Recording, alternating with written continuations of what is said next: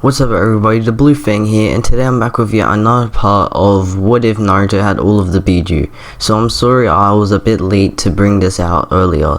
The Wi-Fi was just acting up this week, and on top of that, school was really delaying my vids. Also, I'll try to get out either the 7 Ninja Swordsmen what if or Hyuga what if tomorrow. Now the like goal for this video will be 390 likes for the next part. So before I get into the recap, subscribe if you're new, hit that like button and turn on bell notifications. Now with no further ado, let's get into the video.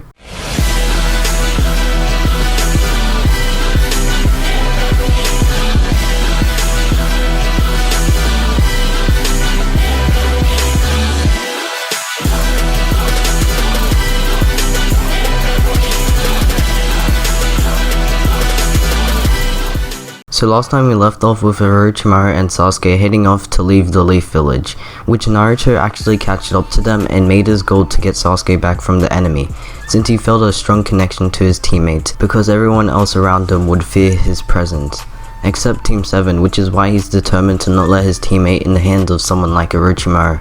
So when Naruto catched up to them, Danzo finally finished his fight with Hiruzen and blocked Naruto off from getting anywhere else. Also, the Akatsuki have finally entered Konoha.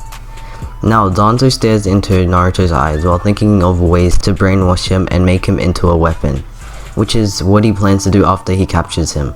Naruto is pretty angry about this and remembers what Kakashi said about Danzo and how he is out to catch him. But Naruto's mind is too clouded with rage and he doesn't think right, so he lashes out at Danzo at his full speed and full power. The Bijuu inside of him become angry as well when they see Danzo, since they don't like how he acts throughout the Leaf Village and the way he managed the different Jinchurikis over the past generations. This anger makes Shikaku finally think of working with Naruto, and as Naruto dashes at Danzo, Shikaku speaks to him and tells him to stop. Naruto stops in place, but is still a small distance away from Danzo. He then goes inside of his subconscious to see and talk to the one-tailed beast. What do you want? Are you planning to help? Because I have no time to chat with you right now. Shikaku laughs at the tone of Naruto's voice and tells him not to worry while he's saying he's giving his power. Naruto's anger doesn't go away as Shikaku says this, but he then quickly lets the one-tailed out. After that, Naruto gets out of his mind and back into action. He gets ready to run at Danzo once again, while feeling Shikaku's ability, and with no hesitation he dashes at his opponent, and using wind release, drilling air bullet, he sends a massive force of air at Danzo. Danzo sees this and dodges it easily, but the air around the attack throws him off his feet, sending him into a tree. Danzo thinks to himself that he needs to watch out because he has only one Izanagi eye left to use. The reason for this is because Hiruzen actually got out of Danzo's paralyzing jutsu and really went all out on Danzo for the sake of Konoha. He made him use up a lot of his Sharingans and pushed Danzo to use Koto Matsukami, aka Shisui's Aigen Jutsu, which is indeed very strong and a last resort attack used by Danzo. The Genjutsu really messed with Hiruzen's mind and Danzo was able to finally kill him. Now back to Danzo up against Naruto. Danzo gets up slowly and wipes some dirt off his arms. Interesting. I'm guessing that was an attack from the one-tailed ability. Naruto doesn't reply and once again he races at Danzo. This time he forms a Rasengan on the palm of his hand, and when he puts magnet release on it from the Shikaku's ability as well. Danzo then dashes at Naruto the same way Naruto did to him, hoping to put his paralyzing jutsu on him, the same way he did with Hiruzen, but he plans to hold back on Naruto since he's planning to capture him and not go for the kill. When he sees the Rasengan in his opponent's hand, Danzo wonders if that's Minato's jutsu, because it looks like it, even though it's a little different since of the magnet release upgrade. He goes on to think who would even try to teach Naruto that.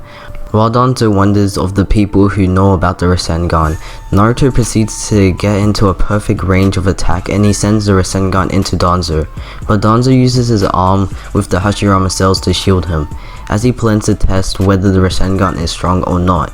But when Naruto's attack lands on Danzo, it does nothing. No sort of impact comes upon Danzo. Naruto wonders what's going on, which Danzo does the same, but then weird markings form around Danzo's body. They look like curse seals, and when they form all around Danzo, he's unable to move. Danzo is surprised by this, and Naruto forms a quick grin as he goes for multiple attacks at an immobilized Danzo. Danzo takes all the hits easily, and only a couple of seconds later, he's unfrozen from Naruto's Rasengan, and he sends his opponent flying. Naruto slowly gets up from Danzo's attack while Danzo gets himself ready again. Naruto starts puffing up some air as he's getting tired while his chakra starts to go away. The reason for this is because he used too many big attacks. Danzo sees this and he blitzes to Naruto's side and readies to paralyze him with his curse seal. After he does that, he plans to knock Naruto out and take him elsewhere. As Danzo goes for his next move, a loud explosion erupts in the village. More explosions continue to blast throughout Konoha as well. And in the sky, Danzo sees someone flying on top of something that looks like clay. While staring at the person, he sees another figure next to them, and the both of them have matching cloaks. Danzo gets to a high place to see what's going on. When he does this, he looks down at where some of his armors are meant to be at the moment, but all he sees are dead bodies laying next to each other with the same marks that look like they could come from a sharp weapon. Danzo lands back on the ground next to Naruto and he goes to attack him with his curse seal. When he does this, he hears someone say Bansho Tenin behind him, and a strong air pressure grabs him while sending him toward wherever it came from. From there, he lands next to a person who did this attack. Danzo looks up to see who it is, and he sees two purple eyes staring down at him. He gets up and goes for an attack quickly, but the person dodges easily and he sends another attack at Danzo, using Shinra Tensei to send him into a tree.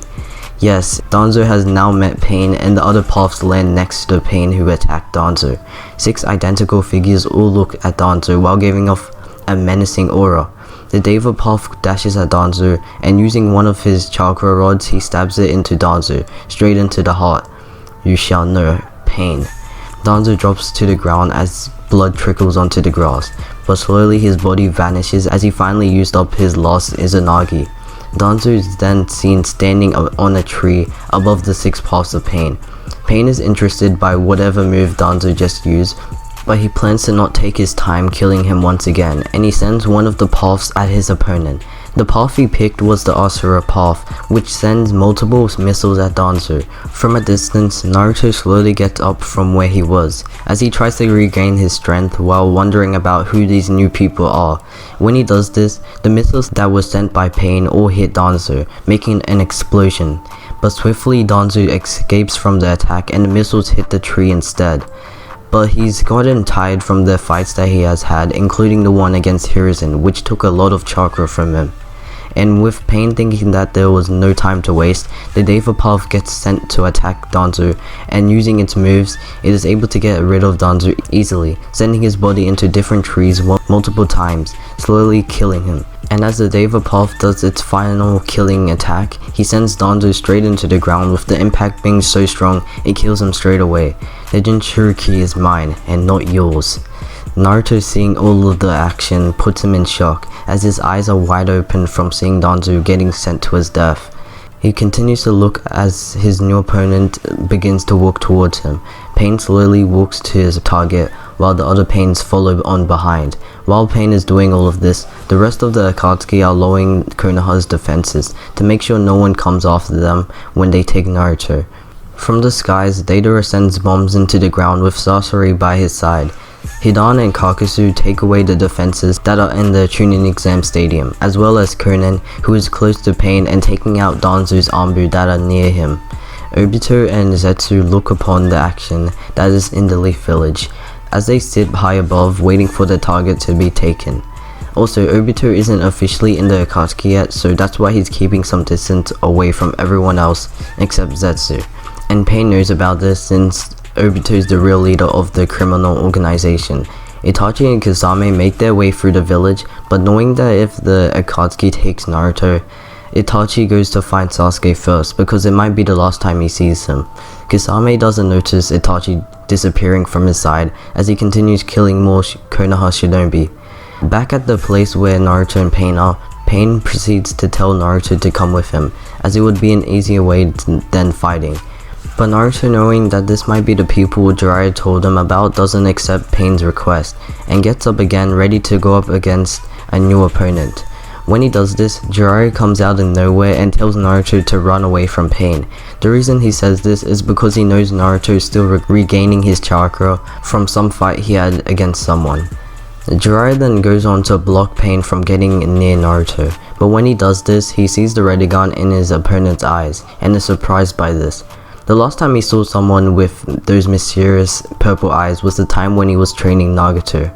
He goes on to wonder what Pain's real identity is, because he sees the other paths behind him with the same Rinnegan eyes. He decides to ask Pain who he really is, but as he expected, no answer comes out of his opponent's mouth.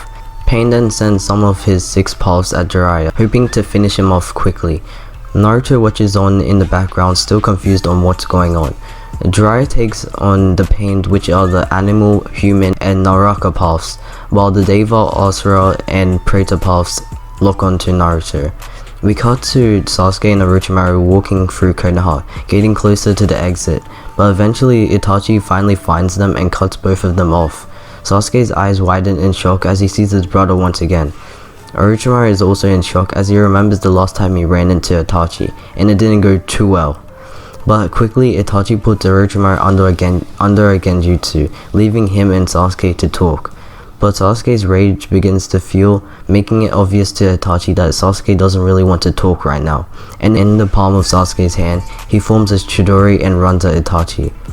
And that's where I'm gonna end it off for today, guys. Hopefully you did enjoy, and if you did, make sure to get this video to 390 likes. It seems that this series is coming to its climax and is coming to its end. So you guys better hit the like goal to see the ending. Now, like always, subscribe if you're new, hit that like button and turn on bell notifications. It's been the Blue Fang, peace.